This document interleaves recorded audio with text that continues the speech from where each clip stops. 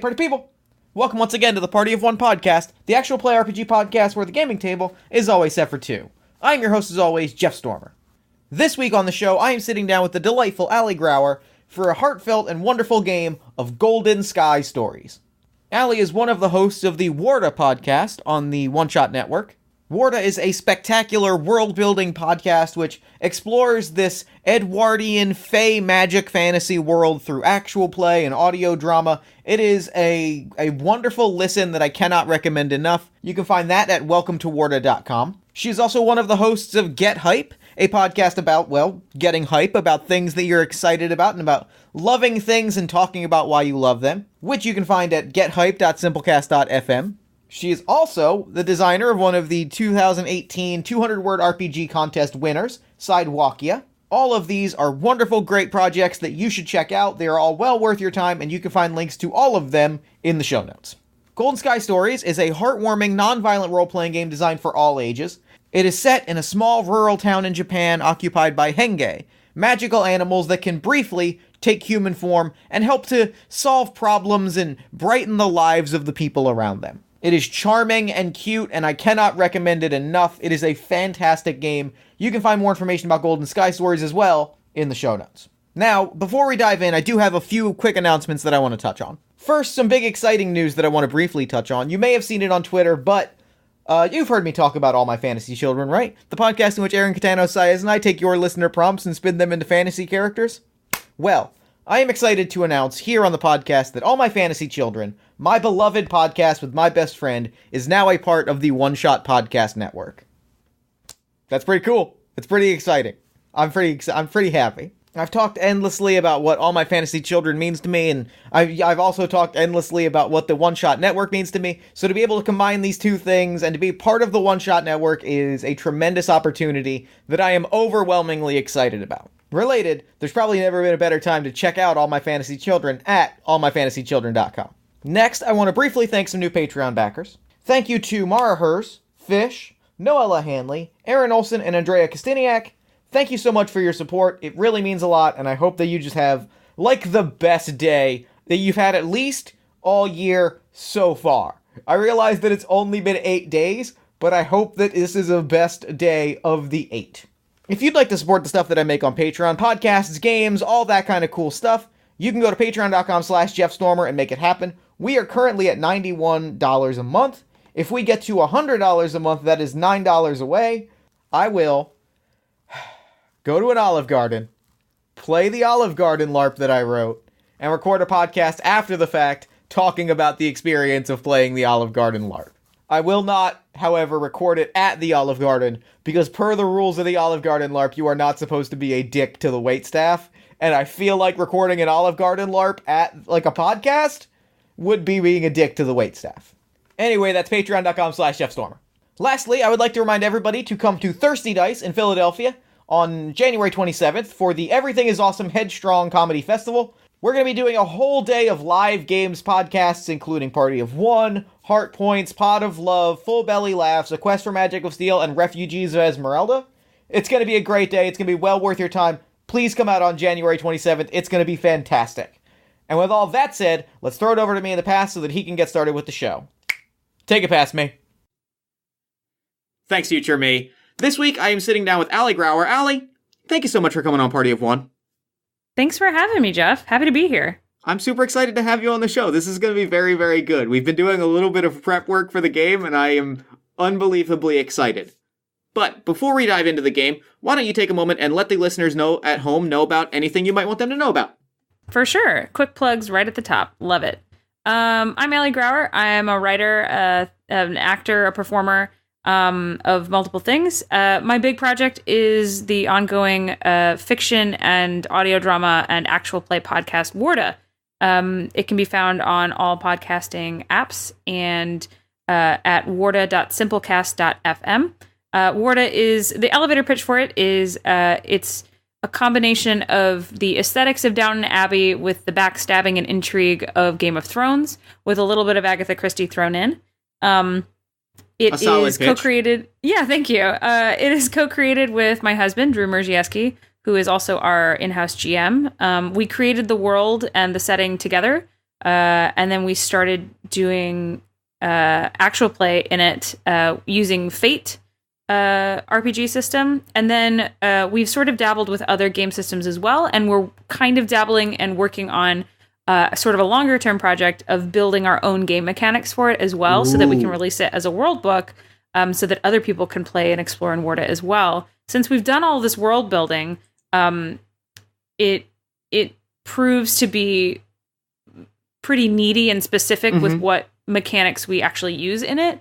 But we have found that a lot of different things apply themselves to it really, really well. Fate is pretty loosey-goosey, is what we like to say. But recently we played a couple of games of Star-Crossed in it as well, which are very, very fun and good. And our next big story arc that we are about to launch coming up in a little while here is going to be a hack of Blades in the Dark. Ooh, that's going to be good. The new story arc is called Storms of War, and Blades in the Dark is literally what we needed for the mechanics for that kind of story. So we're very excited about that. But yeah, if you are into actual play, which I assume you are because you're listening to this, you should check it out. But it also dabbles in sort of audio drama and audio fiction as well. Since there's just such a big sandbox that we've built, we just kind of give ourselves free permission to do whatever in it, stylistically, which is a big sort of open-ended question that we're constantly answering. But we'd love for you to check it out because it's a lot of fun. I think it's very, very good. I will say that on air right now. I think it is very, very good. And you should check it out. I think the listeners are going to love it. But for this week, we are playing a game called Golden Sky Stories. It is a Japanese role-playing game of everyday magic in the vein of Hayao Miyazaki or sort of related slice-of-life sort of magical realist anime. Our story is set in the town of Josei-Yubi. Josei-Yubi is a small town with a single rail line passing through it. About once an hour, a small 2-car train passes through, but that's about it. There's a small row of shops. There's a tiny little main street.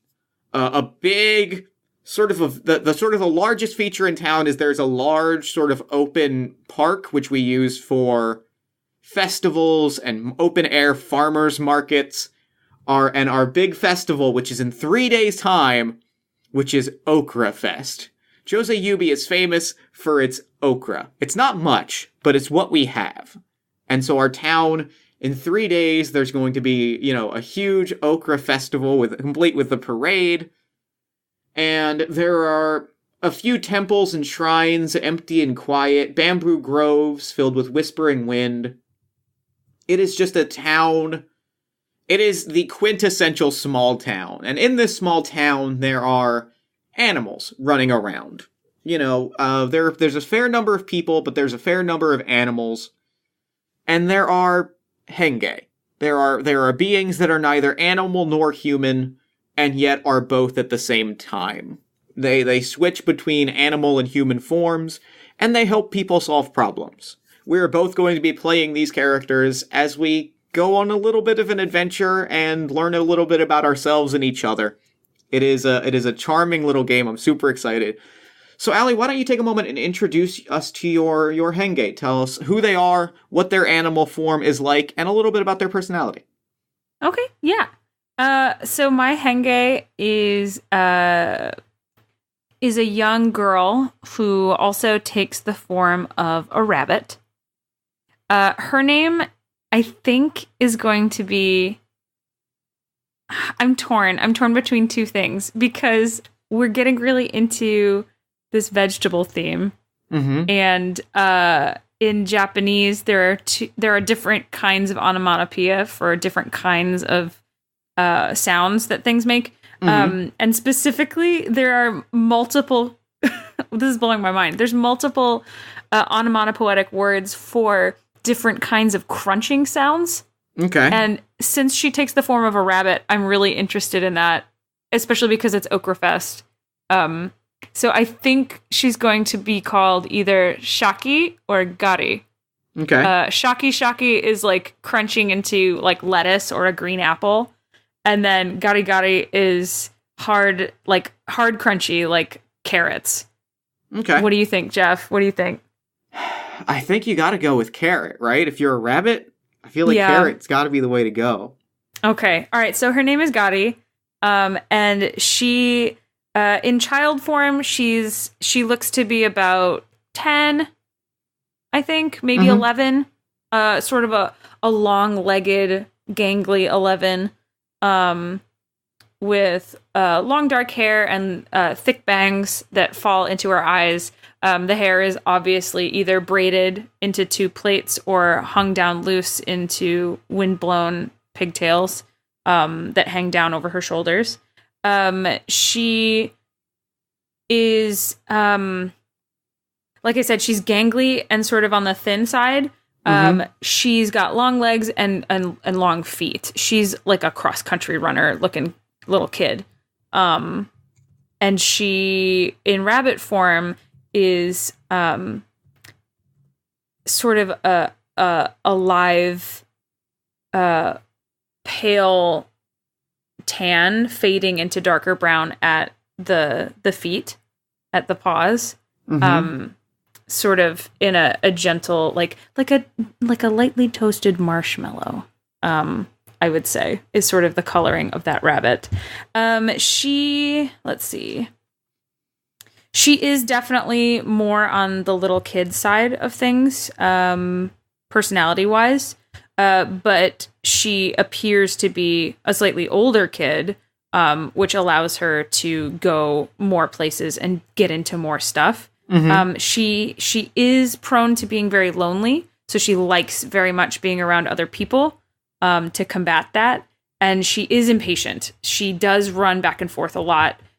She will get bored of something immediately and then run away to do something else. Or if there's like a to-do list that needs to get done, she will usually bounce between all of the things on the list instead of going down and checking them off in order, because she finds it really hard to sit still. So that's Gotti. All right. And I am playing Naya. Naya is an old, sort of, a cat that you can tell is old, like just an old cat. Yeah. Very like very scraggly, but also like impossibly soft at the same time. And just a cat that you look at and you're like, oh, at first glance you might think, oh, are you okay? Like, are you in a rough shape? And then you give him a pet and you're like, oh, you're fine. You're just old. And he's very he's very sit around kind of cat, right? Like he curls up in his little ball. If he sees a person, he kind of puts his head up and he goes, yes, okay, you can be near me. Don't touch me. But I don't think he will scratch. I think what he does is sort of the classic, if you try to pet, he'll just walk 5 feet away and then curl up in a ball in another spot. Just complete avoidance. Yeah, just, no, I'm good, thank you. I'm gonna go over here. And he'll just sort of continue to walk in that circle if you follow him. Yeah. And I think this also reflects into Naya's human form, which is, he is sort of an old man. You know, he's got a long beard, sort of cylindrically or like dome-shaped, where he's just that very kind of classic round half-circle type look. He's got a cane. He's wearing like a slightly old patchwork suit with a sort of greenish tweed shade to it. And like a newsboy cap. Yeah. And I'm picturing kind of a Monopoly Man facial hair specifically. So you've got sort of the poofy curled mustache and a little bit of the goatee at the bottom.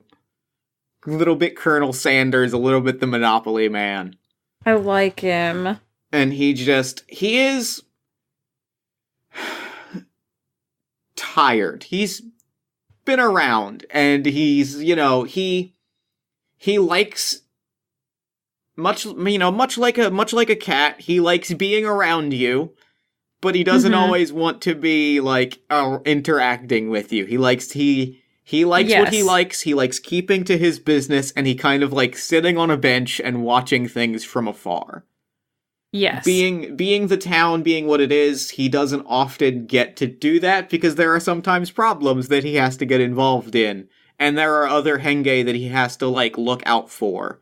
I think as an older, as sort of as sort of one of the more respected henge in town, he kind of looks over a lot of people and a lot of animals and a lot of henge and, you know, make sure that they're okay and make sure that they stay kind of out of trouble as best he can, all while saying like they could have just let me sit. They could have just let me stay here. I had a sandwich. I had a piece of bread. Okay. And I think that's Naya in a nutshell. Yeah. So, Grandpa Naya. as I mentioned, I think our story begins with a big title card that just says 3 days to Okra Fest. Yes. And we get a sweeping shot of the town in preparation for this event. You know, banners are being hung. And for an event that admittedly sounds not the most exciting, the town is going hard into it. What are some of the things that we're seeing people like put up and get ready for this big town festival and parade? There are extensive shopfront decorations. Mm-hmm. And like garlands on every fence and every awning and every home. Garlands of different shades of green. Mm-hmm. Maybe some of them are made of ribbon. Some of them are made of like that Easter grass looking stuff. Yep. Different materials, but all in multiple shades of green. I think there are popcorn strands, like essentially popcorn strands, but made of very thinly chopped okra plants. Yes, They're just that have been put on a string dried and out. hung on yeah. Oh, they definitely do that with dried bits of okra. And they do like Hawaiian leis, but of okra. Yep. Like instead of flowers or nuts or whatever, it's bits of okra. Yep, and they're just they're hanging them like they're hanging them like garlands. Mm-hmm. It's a whole scene. Yeah. I think there is a small, they call it a river, but it's not really a river so much as like a creek that runs through the town center. And I think they dye it green. Oh, for sure. They definitely do. And it just looks, and they dump a bunch of green dye into it, like a bunch of like non-toxic, naturally derived from okra green dye. Okra green, yeah. But the creek doesn't travel that fast. It doesn't go anywhere. So it just kind of like settles and like makes this one area like super dark green, and then it eventually just like fades. Yes, that's exactly what happens. And I think that what we see is, I want to know what, is it Gabi or Yabi? Gari. It's Gari. Gari. Okay, got it. I want to know where Gari is, as I think that the opening, the visual that we start with is, there is a commotion that is starting to happen around a big, open, brew pub. Mm-hmm. Like, it is, which is clearly like someone took like an industrial garage, like a store's like 2-car garage, and just pulled up that big aluminum door and put some stools out around a few barrels, and like now there's a bar there. Like now there's just people. Bar in it. Yeah, and I think there's like some commotion as like people. I think we see someone run up with like a piece of paper and run up and like put it in front of someone and talk to someone. And there's a little bit of a troubling commotion happening. Where is Gari at this moment? Gari, so across from this, I think, is across from this open garage bar area, is like kind of a town square looking little thing with a fountain in the middle. Mm-hmm. And then on the other side of that, there's like a little footbridge, a really cute footbridge that goes over this creek that doesn't really go anywhere, leading off into the rest of the town. I think at this point, Gari is, she has been crossing the bridge back and forth, trying to see if she can catch the dye, like, dissipating into the water, but it's not really going anywhere. So she's been, like, throwing things into the water to see if it'll go. But upon hearing this sort of commotion, she makes her way over to the town fountain instead, to sort of eavesdrop on what's going on. And I think as you approach, I think Naya is sitting on his bench, which is a bench kind of on the edge of the park that, like, depending on that, like, is not bolted to the ground, so he can kind of, like, move it without anyone noticing. So sometimes it faces the park, other times it faces sort of the street, depending on where things are happening. He's just sitting, he's got, like, a beer mug full of milk, and he's got other hand on his cane as he just takes, like, tiny little swigs of milk and, like, lets it kind of linger on his mustache, and then, like, sips the bottom of his mustache a little bit. And he's watching, and he sees you running up, and he just kind of leans back, and he's like, something's up. Something's What happened? happening. What are they talking about? And he kind of leans in a little bit. Not sure yet. People seem upset. Something happened with Okra-chan, though. Okra-chan? Wait, the mascot? Yes, indeed. The one and only. The centerpiece of the town parade. Did they say what happened? Can't quite figure out what happened yet. Hoping somebody will let us know. And so I think that she that's very him to sit there and go, well, someone will tell us when they're ready what's happening. And she's like, okay. And then she goes over to the, like, there's like garden boxes along the outside of this garage to make it look nice, because now it's a bar. And she just marches right over there and pokes her head in to see if she can hear what's going on. As far as, like, what they're talking about at this point. Yes. And I think you peek your head in. I might ask this to be our first check, because you are in you are in your child form. So I think it's going to be a bit of a challenge, since this is unfolding at a bar, for you to, like, get in without being seen and shoot away from the bar. Okay. I think I might call this... For you, I might call this an animal. I might call this an animal check. As you are trying to, like, be, rabbit-like, so quick and stealthy and out of the way. Okay, so what do I need to do to make that check? So, here's how checks work in Golden Sky Stories. At the start of each scene, we begin with a number of we have two sort of currencies that we can use to make special things happen in a scene.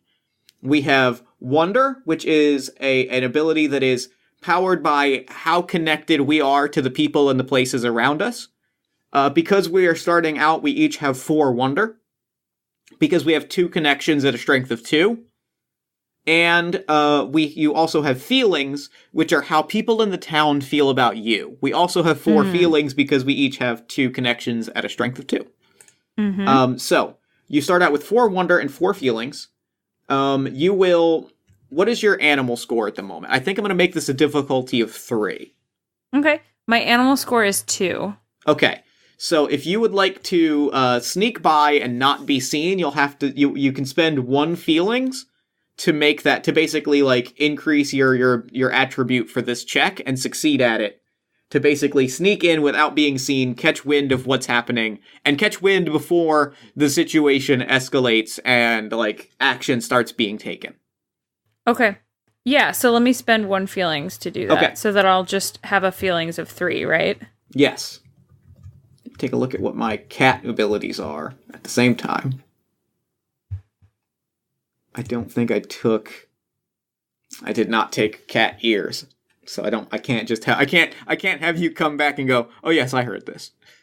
Which would be so good. That would be very good. But, so, yeah, you sneak up, and I think kind of like, you know, you're kind of hiding under a barrel. Tell me what it looks like as you sneak up and, like, see what's, like, listed on the paper and, like, what people are whispering about. So I think if we roll back a little bit, he says, I don't know, something's up. They'll let us know when they're ready. And then the camera shifts back to where she would be, but it's just a cloud of dust because she's run already. And then the next shot is from inside the bar looking out, and her face slowly pops up over the edge of a barrel next to the flower boxes around the front door. And she has very serious expression and big eyes under her long, shaggy little kid bangs. As the people inside are arguing and gesturing and discussing what's going on. So I think it's like there's like a flop of the flowers from the flower box on her head as her face comes into view from behind the barrel. And I think that, like, there is you kind of got to look at the paper that's on one of these barrels, and it's like a black and white photograph, and it's a photograph of an empty box, but on the box it has written okra-chan, and like they're like, and then you hear whispers of like, Nagaya-san has lost the mascot costume. We gave him this honor, and he lost the costume? This is outrageous. He comes in from out of town from the big city. We give him this symbol of appreciation, of welcoming him into our community, and he loses our costume? 3 days before the parade? We won't be able to have a parade without our costume. And I think, like, and it is actively, like, people are whispering, they're actively upset at Nagaya-san, and also, it has started to be like, well, we should go confront him about this. We should go get some answers. He can't just lose our treasured mascot costume. Yeah, so they're starting, like, chairs are scraping, they're starting to mobilize a little bit. Gary ducks back down, and the flowers kind of rustle in the plant box as she makes a quick escape back to Naya on his bench. And she, like, pops up right next to him, like, with her hands on the handrail of the bench, and recounts basically what she's heard.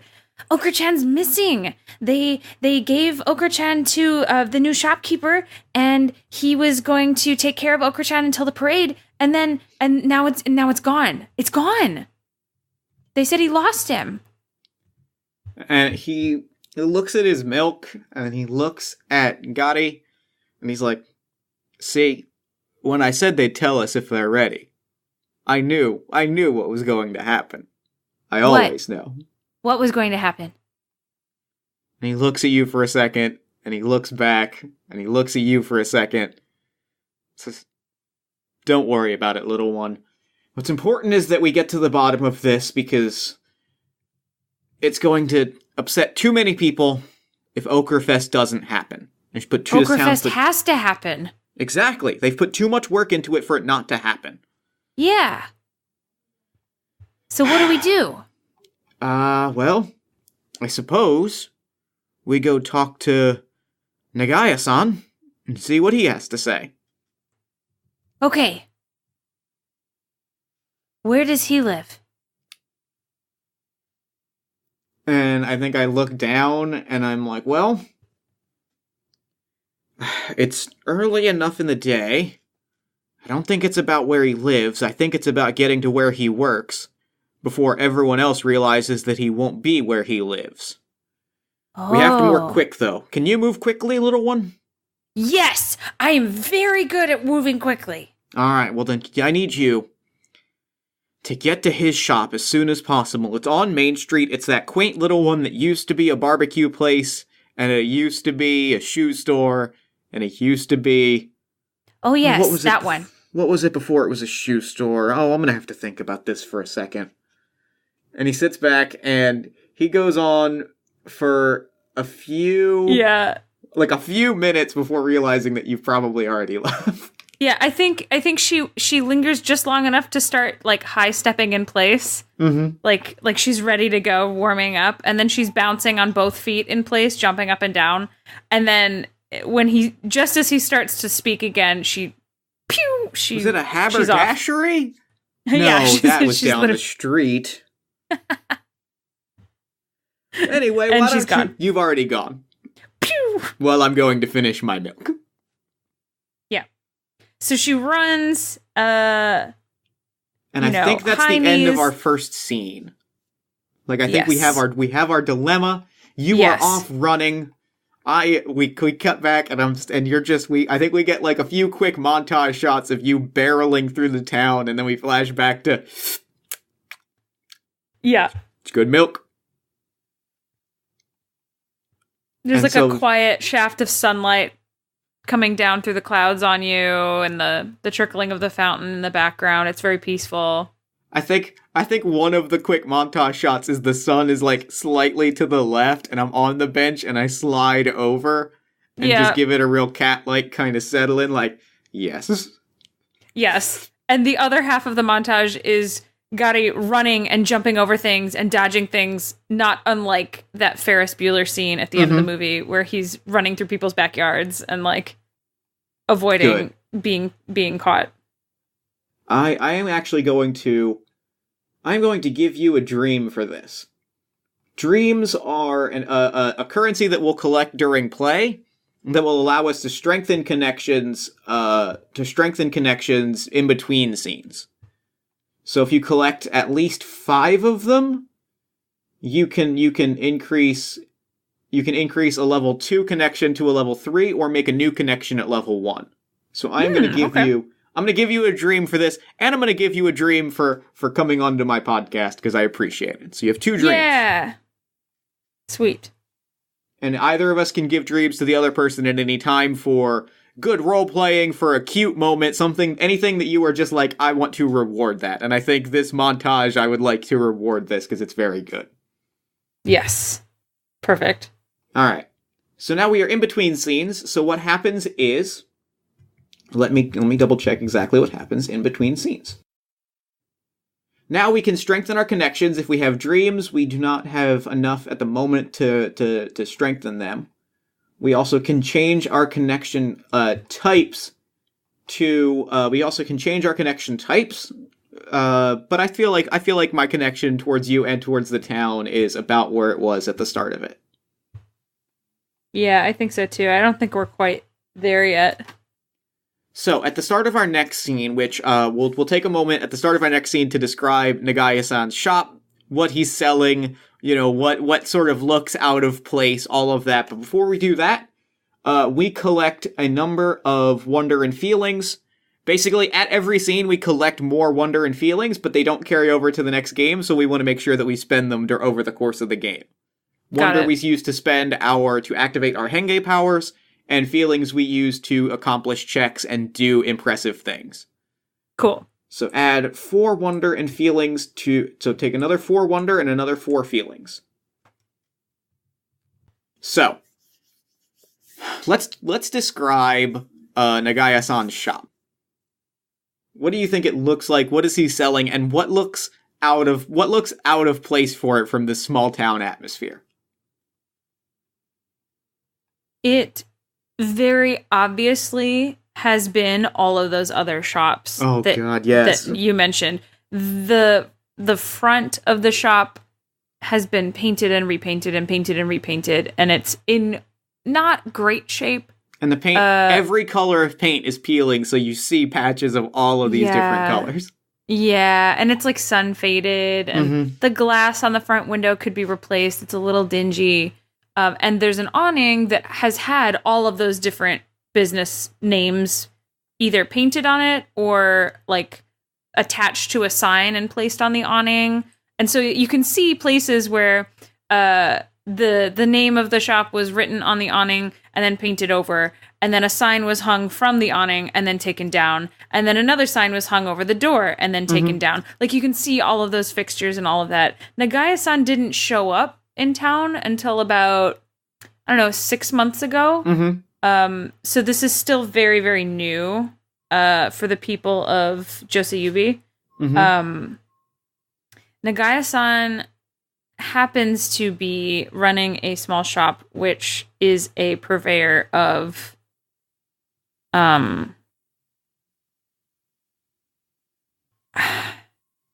some reason, perfume is the thing that jumped to my mind. Perfume. It's like, it's definitely something the town doesn't need. Yeah. Maybe it's like a jewelry shop. Like, that seems like a nice luxury thing that, like, in the back of your mind, you're like, why is this? Yeah, it's something luxurious like that, or it's like not a maid cafe, but it's like a fancy cafe. Like, he's trying to make it like... It's for sure that. I love it, because I'm almost picturing, like, if you've ever, like, I'm almost picturing, like a fancy tea place, where it's like tea and scones and biscuits. Fancy crepes, and fancy parfaits, and fancy tea, and bubble tea, and milk tea, and, like cute little themed sundaes. And the people of this town are hardworking okra farmers, and they don't get it. They don't get it. And the inside of the store, there's a detail that I want to add, but like the inside of the store is super fancy, but there's still like boxes of hats. Yes, from when it was a haberdashery. Yep, and there's just like random like crate. There's just a crate of like quilting squares and like a pile of old like yarn, and there's just pieces of like the old shops that they just haven't fully cleared out the inventory. So it's this really nice like dapper arrangement that is just, there's just also like a crate of hats in the corner. Yeah, and like one of the little like the table, the nice table for two that's like near the window is built like out of repurposed like a repurposed barrel from when it was like a fruit stand or something. Like, so, like, clearly Nagaya-san has, like, tried to make the best of this low rent situation. And, like, oh, there's all of this old inventory from these old shops. I wonder if there's any way I can convince anyone to buy it for some reason. So let me just kind of use it in the decor of the cafe. But yeah, the general gist is that he sees it as turning into this lovely sort of nice place where people can go on like a date, or like they can go to like indulge in a nice beverage after they've strolled Main Street and like done their shopping or their marketing for the day. But these are hardworking okra farmers that this is too fancy, and they don't like that. Or if they do, none of them are talking about it. They're all acting like it's a weird thing that he opened up like, who has parfaits, you know? Why does he have macarons? That's crazy. Nobody here does that. We're hardworking okra farmers. But poor Nagaya-san like has a vision for this place. If only he could get it off the ground. Yeah. And you burst through the door. What do you do when you first burst through the door? The door jingles, but it jingles with like 3 different chimes because they were all attached to the door in different places at different times in this door's past. And they all have different pitches, so it's really dissonant and upsetting. And the door swings open and it jingles really jarringly. And she has never been into this shop before, but she's been by several times, and she's seen Nagaya-san like in person a couple of times, but she really doesn't know him that well at all. So the door flings open, the bells go off, and she says, "Good morning, Nagai-san! Are you here?" And he kind of like he's sitting in a stool and just kind of spinning. And he has to like keep pulling in his knees so that he doesn't hit the stool against the bar, and he's like, nope. How many for your table? I don't need a table right now, Nagaya-san. I needed to talk to you. I have something to talk to you about. Are you busy? No, yes, very busy. And he looks around and there's nobody in the store, and he's just very busy preparing for Okrafest. Because I have to prepare for Okrafest because I'm Okra-chan this year. I have to wear the costume that I have. I do have it. Nagai-san, what does Naya say all the time? I hate to be the bearer of bad tidings, but they know about Okra-chan missing. And his face just goes, like, blue. Blue under the eyes. His eyes go wide. Oh! They were talking about it in the town square at the garage, and everyone is very upset, and they are coming to talk to you. So I came first to let you know. Oh, okay. All right. Okay. That's fine. That's good. That's very good. Well... It doesn't sound good. Side note, take a dream for the bearer of bad tidings, because that's very good. Thank you. Okay, that's bad. And he kind of sits and just puts his head in his hand. I'm ruined. I'm gonna have to go back home.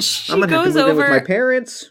And she, very seriously, at full arm length, pats him on the shoulder repeatedly. And says, "They're there, Nagaya-san. It's not the end of the scroll. We're gonna figure this out. What happened? Just tell me what happened to the costume.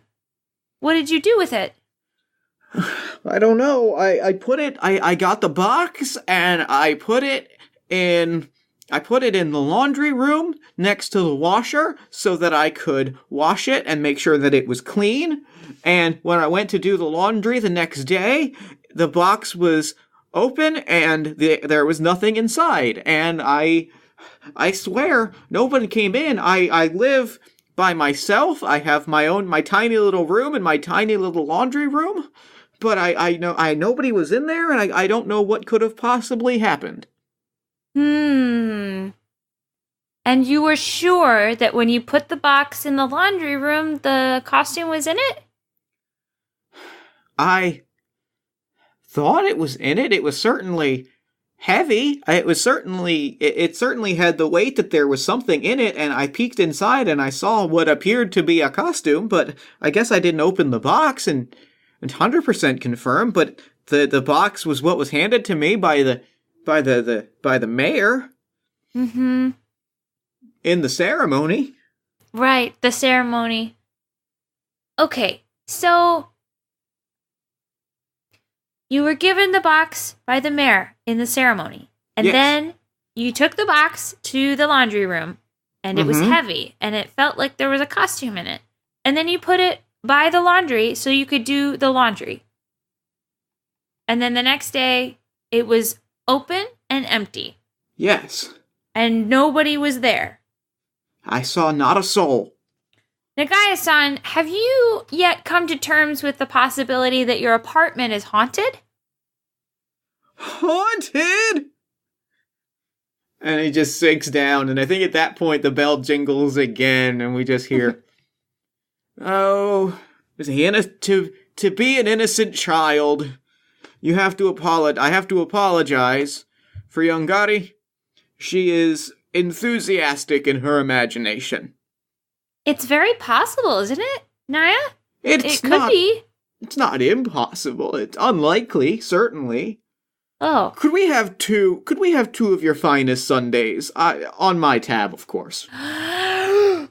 She gets very excited and holds her breath. And he looks over. "Oh, are you having ice cream as well?" That's not fair. I am, what do the kids say? Josying you is what I believe they call it. Is that it? Is that what the children say today? I don't know. Is that what they say? I believe so. I believe it. That's what you say. Did you mean joshing? That's the one. There it is. He knows. The guy is on... What kind of sundaes do you have? I think he brings out two. He brings out a red bean and a matcha sundae. Like red bean hell yeah. ice cream and matcha ice cream. The red bean is topped with tiny little, like, red beans soaked in syrup. The matcha has a wafer and, like, whipped cream. They both have the whipped cream on top. And we get these lingering shots on the sundaes. With the sunlight sort of coming in through the dingy window and making the dust motes in the room dance beautifully. Yep. And then, as this shot is lingering on the sundaes as he sets them down, Gari's face slowly pans up into the shot on the other side of the table, and her eyes are very big and very shiny. And she says, "Oh, the Gaia-san, they're beautiful." That'll be 1,400 yen. And Naya reaches for his pockets and goes, I swear I had a wallet in one of these pockets. Gari has a spoonful of the matcha one, and it's halfway to her mouth. It's somewhere. What do we think this would... What would you rate this from 1 to 8 in terms of... what would you call this? An adult check? It would have to be an adult check. Yeah. I guess the question is because he's an old spirit, right? And he presents as an old man.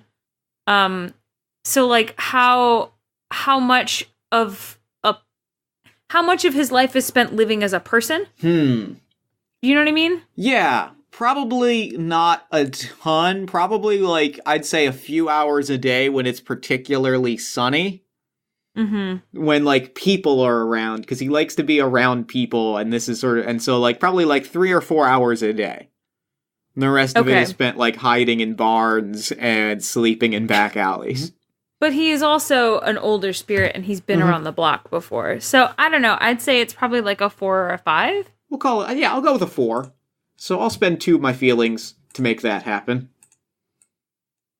As I think you're lingering, and then he stops and looks at you and like throws a little like old grandpa wink and is like, and then pulls out a wallet on a chain and is like, Josying. Can I still eat it? You can eat it. You can eat it. She's shoveling it into her mouth furiously. And I think he leans forward. While I think the child... She seems distracted enough. Well, I think the child is presumptuous in that your house is haunted by a spirit. I do think we must consider the possibility that the costume was not lost, but taken. By whom, I don't know. I agree, she says around a mouthful of sundae.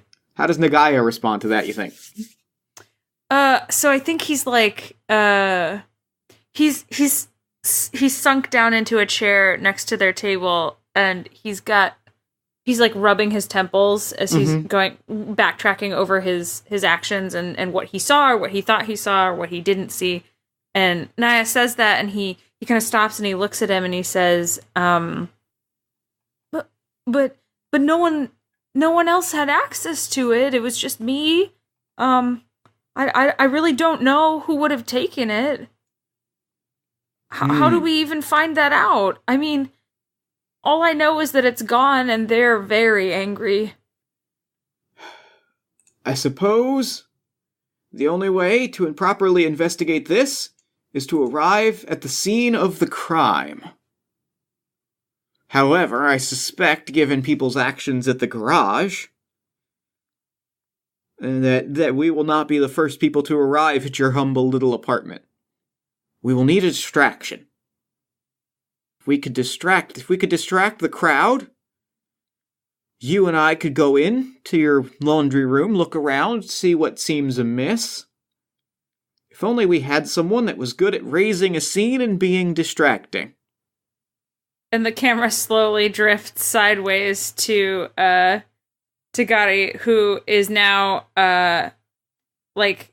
I think she's so excited about how delicious this is that she's, knocked over her chair. She's got one foot up on the table, shoveling the red bean one into her mouth now. She's finished the matcha one. It's gone, demolished. And she's just, her eyes are glazed over in focus as she's trying to complete this arduous task of consuming both of these beautiful sundaes. And she doesn't hear a word they're saying. And Nagaya kind of blinks and says, Is this your granddaughter? That was my Sunday. And then I feel like that's that scene. I think scene. That's it. So I think this scene is sort of our big mystery climax scene. I think what is happening here is two things in the next scene. One, well, there's a way to make a connection with someone that doesn't require dreams, and that is you can make a connection test. So here's how an impression check works. I'm going to choose which attribute I want to use to appeal to Nagaya-san. For this, I think I'm going to use adult. I think this is me kind of appealing to him, sort of adult, grown up to grown up, as I'm offering to help solve this mystery. Then I'm going to make a check. A result of 4 gives me a connection with a strength of 1, and a result of 8 gives a connection of 2. I'm going to throw down 2 more feelings to create a connection with Nagaya-san of trust. Trust. That's good. 1. That's useful. And if you would like to do the same, you can. You don't have to. And I think he will perform 1 back with, I'll give, what do you think? Which of the connection types do you think he might ascribe to Naya at this point? I think Nagaya, I think he probably respects Naya. Naya has that sort of air about him. He's a wise, if codgery old man. Yes. Who somehow reminds him of a cat that he once knew. Yep. Just a bitter old cat. Yes. And so, yeah. So we're going to collect our wonder and feelings. So that is, for me, 5 of each. 13 and 7. Oh, that's good. That means I get to do some fun weird abilities. How many do we get of wonder and feelings? You get as many wonder as you have. So you're going to get 4 of each because you have 2 connections each at 2 points. So I think what is happening in our big climax is, you're outside. You've been tasked with distracting the crowd that is kind of outside, raising a stink outside of Nagaya-san's apartment. Meanwhile, we are going to sneak inside and, peer at this laundry room and see if we can't deduce where the costume has gotten off to. Okay. So, how do I want to do this? I think I'd like to start with a wonder and a feelings check for me and for Nagaya. Okay. I want to use wonder because I want to use stealthy feet on myself. As you're making whatever distraction that you're making, I'm going to use stealthy feet, which is I move around, I move around, neither leaving any traces nor making a sound. No one in the scene will notice my presence at all. Unless I do something that overtly makes noise, this will continue until the scene ends. So as you're doing whatever it is that you're doing, and we'll describe the scene happening outside of the apartment, I am sort of silently sliding along in, like, the very background of the shot. Mm-hmm. And I think I'd like to spend some points of henge to essentially, bring Nagaya-san along with me. Okay, yeah. I imagine this wouldn't be easy. Would you put this at like a 5 or a 7? Let's say a 5, because it's his place. Alright, cool. So I'm going to spend 2 feelings. And yeah, the 2, so as everything that's playing out is playing out, we're just sort of seamlessly, like, peeling along the background of the shot. Okay, so what's happening is, out in the front, in the street in front of this apartment building, Gary has donned an Okra Fest t-shirt, and a garland of okra, as previously discussed, and she is literally, she has a wooden spoon and a pot, and she is banging on the pot as though it's a taiko drum, and making up a very flowery speech, as though she is producing a one woman play about Okra Fest and how important it is to the town and to the community of Joseyubi. And she just happens to be in front of his house, and they can't get in the door without crossing her little, like, she's drawn a line in the dirt to indicate where the stage is. And she is very adorable with her garland and her hair done up, and the Okra Fest t-shirt, which is way too big for her. Like, it comes down to past her knees, and the pot and the pan. And she's performing this very, very serious, passionate overture of love and dedication to Joseyubi City and the okra and the green river that flows through the heart of the town. And she's like striking the drum dramatically as she speaks. And so as the townspeople come up upon this scene, they realize with dismay that this loud kid has set up in front of the door that they need to go to find Nagaya-san. And I think what happens is they're all like, oh no, we can't, this cute kid. And as they arrive, they're like, okay, Jiro, you tell her she has to move so that we can get to the door. No, you tell her. No, you tell her. And they're like going back and forth like that. And she like bangs on the pot and then points the wooden spoon at them and yells, "An audience! Let me start over!" And she starts over at the beginning. Let's make this a check. I'm going to say this is a check I'm going to say 6, because I think this is very challenging, because they really want to get inside. But I don't think it's any higher than that, because I think, like, you're also a cute child being cute. I was going to say, one of my skills as a rabbit is being cute. It just says cute. You have a certain charm that makes everyone find you cute and lovable. The cost in dreams for others to strengthen a connection to a rabbit is reduced by 1. Okay. Oh. So she's just like, she's naturally extremely adorable. She's also very loud. And I feel like that's intimidating because of how cute she is. Yes. So let's set this at a 6, I think. Okay. So a 6. 6. Right. So what's your, what skill do you think? I think this would be child. It's child. So I have a 2 in child. So you want to spend 4 feelings in order to make this happen. Yes. Absolutely. And so I think everyone is very angry, but everyone is just like, okay, we'll wait. We'll kind of just wait it out. Mm-hmm. And I think they've all got that like crossed arms, skeptical, kids kind of look on their faces when the camera pans inside the apartment to follow Naya and Nagaya-san.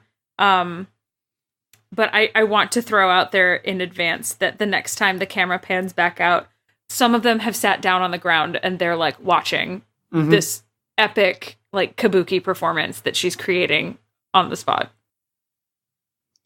And I think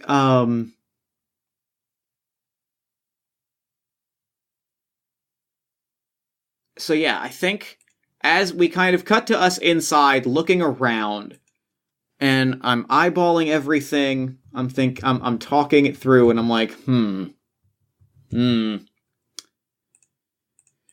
going to use another one of my abilities, which is from the shadows.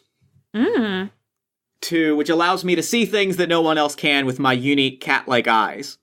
And essentially, I peer things, and I'm peeking around corners, and I peek up to Nagaya, and I say,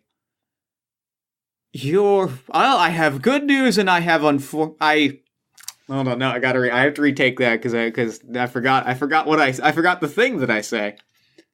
Well, I hate to be the bearer of bad tidings, but it seems, and I kind of like move the washing machine ever so, or rather I try to, and I absolutely can't, because it would definitely take a check more than my laziness weakness will let it do. Yes. So I'm like, I kind of knock it with my cane a few times, and I'm like, well, dun, dun, dun, dun, dun.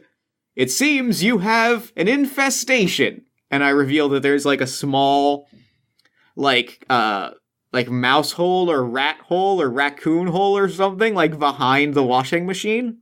I'm like, it seems someone snuck in with your box of costumes and absconded with the outfit through this hole.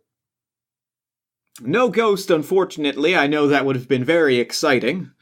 But at least we know where the costume is, and if I know the pests of this city, the costume will be mostly untouched.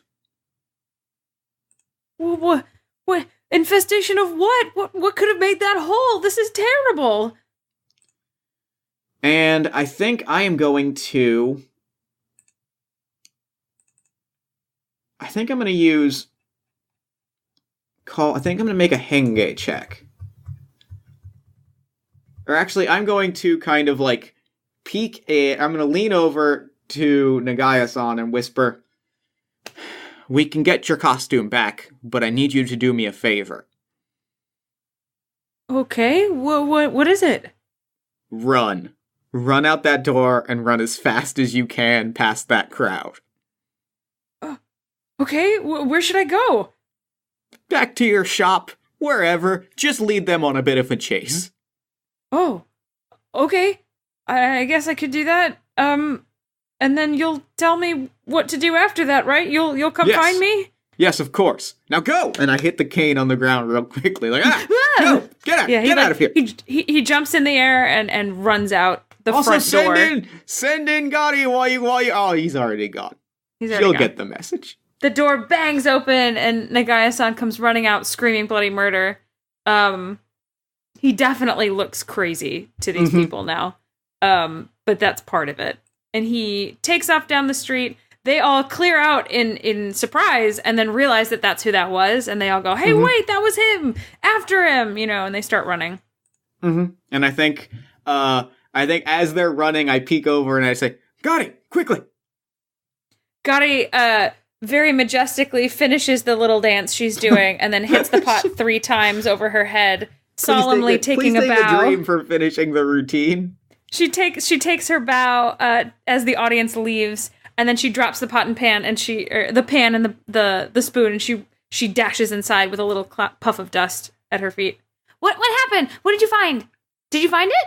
Why did you go running? I did. We found it. I needed a distraction because you need to transform, my friend.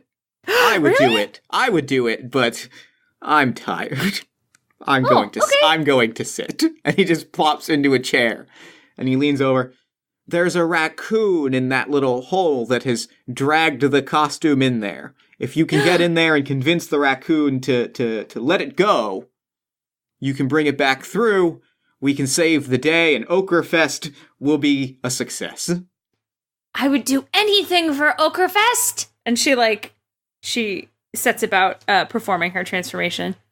All right, so transformation is that a memories roll, or is that a memories cost, or is that a wonder thing or a feelings thing? I think it's a wonder thing. I think it is wonder. I just see on the sheet it says... Wonder. Yes, it is feelings or wonder. You can use some of each, but it depends. But how much you need depends on the time of day and the form you want to take. Right. So to transform, it will cost you. This will be. Oh, I guess we're supposed to use wonder and feelings to transform to be humans. We got that wrong. We are reversing it. Yes. So I will say it will cost you 8 between your wonder and your feelings to transform in an instant to your complete animal form. Okay. Yeah, I can use. I realized that it's supposed to be free at any time, but we didn't spend points on it earlier. So I will go ahead and mark off the rest of my points, as that will allow me to be a human. As I think I sit down and we see through the back of the chair, my little tail pops out through the back of the chair, revealing that I've just had a tail this whole time. Yes. Okay, so is it better for me to use all 8 of my feelings points, or to use 4 feelings and 4 wonder? I think at this point you can do either, because I think this is sort of once you get this back, I think it'll be one more check to talk to the raccoon, and then our closing shot, and we'll call it a wrap. That said, it might be better to split it, because you might need those feelings to convince our raccoon to give us back the costume. Let me just use 8 from wonder. So now I have 4 wonder and 8 feelings. So she does the little high step in place that she was doing before, and then she gives a great kick on the ground with both feet into the air, and when she plops down again, she's on all fours as this little toasted marshmallow bunny. Whiskers twitching, eyes bright, ears swiveling. And then she sort of bounds off behind the washing machine into the hole, remembering halfway into the hole that she's supposed to, be careful and be watchful, and slows down a little bit. Okay. So I think you're in the you get into the cubby, right? Mm-hmm. And I think there is just a raccoon, just a big old tubby boy, right? Mm-hmm. Yep. A big old cutie is just curled up snoozing on it, and he's got the bubble out of the nose. Yeah, he's it's like a big beanbag chair to him. Yeah. Okay. Yeah. So she comes in, she sees the tubby boy, and she stops, and she kind of assesses the situation. And the costume is obviously green and soft, and not too firm. It's very comfortable for the raccoon to be laying on. And he doesn't take up all of it, but he takes up enough of it that you can't just pull it out from under him like a tablecloth. And so she kind of assesses the situation, nose and whiskers twitching all the while, and then she thumps one of her feet on the ground in a sort of polite but abrupt, as though she was knocking on the front door type situation, to try to wake him up. Okay. I think this is going to be... I'm going to put it at a 4. And I can't decide if I want it to be adult or child. Would it even henge? I was going to say, would it not be henge? Because yeah, I think this is henge. As you're trying to get this animal to listen to you. To listen to me, yeah. Okay, so I will spend 1 feeling to bring it up to a 4. Okay. So I think the raccoon gets startled and is like, what? And kind of starts to just kind of run in a circle, but is off the costume for just long enough for you to grab it and run through the little cubby, The hole. Yeah. Okay, so as he startles, she starts yelling because she's prepared this very polite introduction and explanation for what's going on. But as he wakes up and he starts running around and panting and kind of muttering to himself, half sleepy. She yells it in a panic as she grabs the costume. Excuse me, I'm so sorry for waking you up. I beg your pardon. I know this is your home probably, but this is also someone else's home, and this costume is very necessary for Okrafest. Okrafest is very important to the town, and we appreciate your service. And she grabs it and runs. She's just and there's just a raccoon just bolting left, right, and center. And I think we cut back, and I've got a glass of milk again. And from nowhere.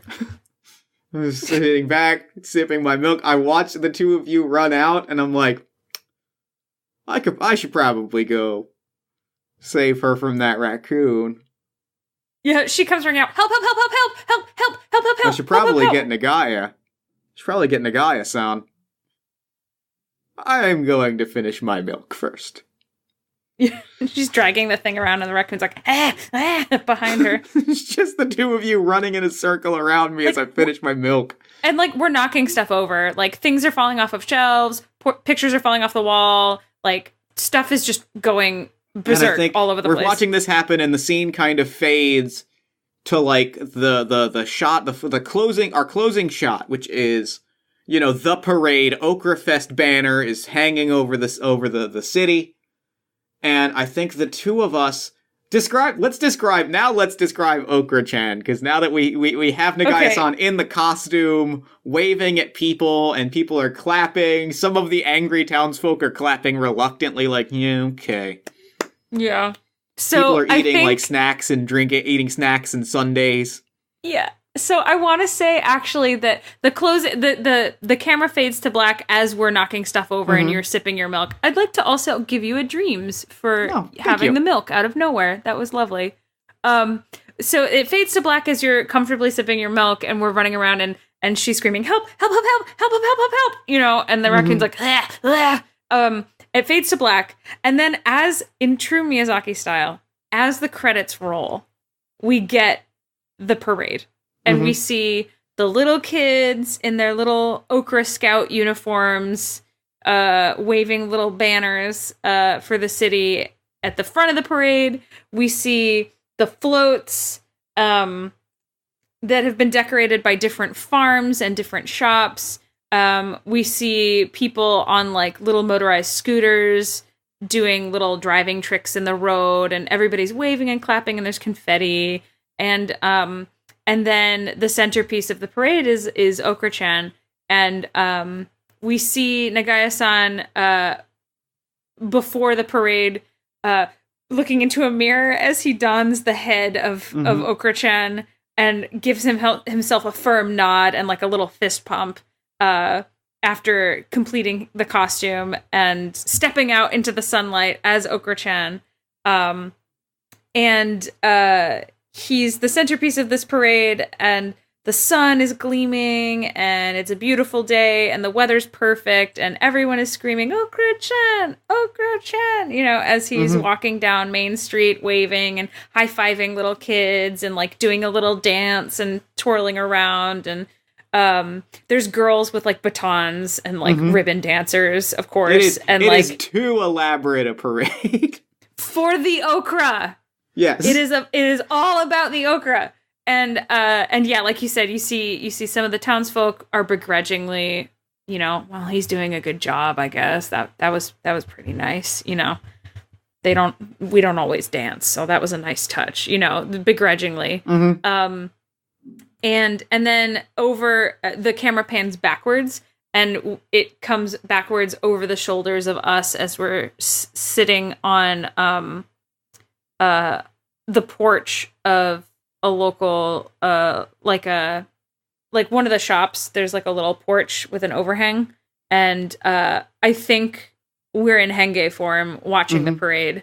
So there's this like toasted marshmallow rabbit, like scratching behind one ear frantically. And then both ears go straight up. And she says she sits up to attention and watches Okra-chan as he, prances by in this parade with the music playing and everything. And she kind of tilts her head and twitches her nose and says, I've never even had okra.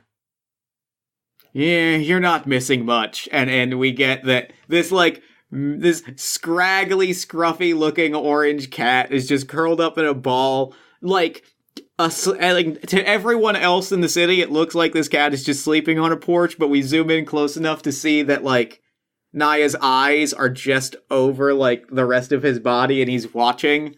And when Okra-chan walks by, his ears twitch a little bit, and you kind of see him kind of like, that give that little like purr shudder, like, ah. Yeah. And it's just, Everyone seems happy. I like it when they're happy. Me too. I'm going back to bed. Okay. And I think as he settles back down in the patch of sunlight, the music swells, and Gari in rabbit form begins to dance around on the porch, the kind of the way she had been doing in front of Nagaya-san's front door, like bouncing around on her hind legs and then kind of jumping back and forth, and then like doing a little like backflip kind of thing, and it's all in time to the music, and it's very cute. And Naya doesn't care because he's falling asleep. Yep, he passes out and he just goes. And I think like we get that very beautiful like closing pan up to see the whole town. Yeah. And the last thing that we hear is just Naya. I wonder where I could find some milk. Yeah. And that's a game. Yeah. It's so that was good. That was very, very good. I really like that a lot. This is truly the purest game ever to exist. It's so good. It's so good. Aly, thank you so much for coming on Party of One. This was a delight. Thank you, Jeff. I'm so glad that we were able to do this finally, and with such a delightful, wholesome game. Yes. So real quick, before we wrap up, where can people find you and your work online? Yeah, you can check out Warda, like I said, at warda.simplecast.fm or anywhere you catch your podcasts. You can also check out welcometowarda.com for more information about the world, the stories we've been telling, and what we're kind of doing with it all. I am on Patreon with my husband for Warda and for our other projects at patreon.com/whimsyartifice. And you can find me on Twitter and Instagram at Dreams to Become. Check it out. I'd love to hear your thoughts on Golden Sky Stories and Warda and other good, wholesome things like rabbits. Rabbits are good. My hot take. They are. Rabbits are good. Well, thank you so much for coming on the show. This was an absolute delight. And now I'm going to throw it over to me in the future so that he can wrap up with the show. Take it, future me. Thanks, past me. And thanks again to Aly for coming on the show. That game was so wonderful. That was an adorable, adorable game. Be sure to check out Warda at welcometowarda.com. Be sure to check out Get Hype at gethype.simplecast.fm. And be sure to follow Aly on Twitter at Dreams to Become. Then while you're on Twitter, follow us at Party of One Pod. Then like the show at facebook.com/Party of One Podcast. And join me as I try and figure out what the hell I want to use the Party of One Facebook page for, and if I want to continue engaging with a platform that is, frankly, monstrous.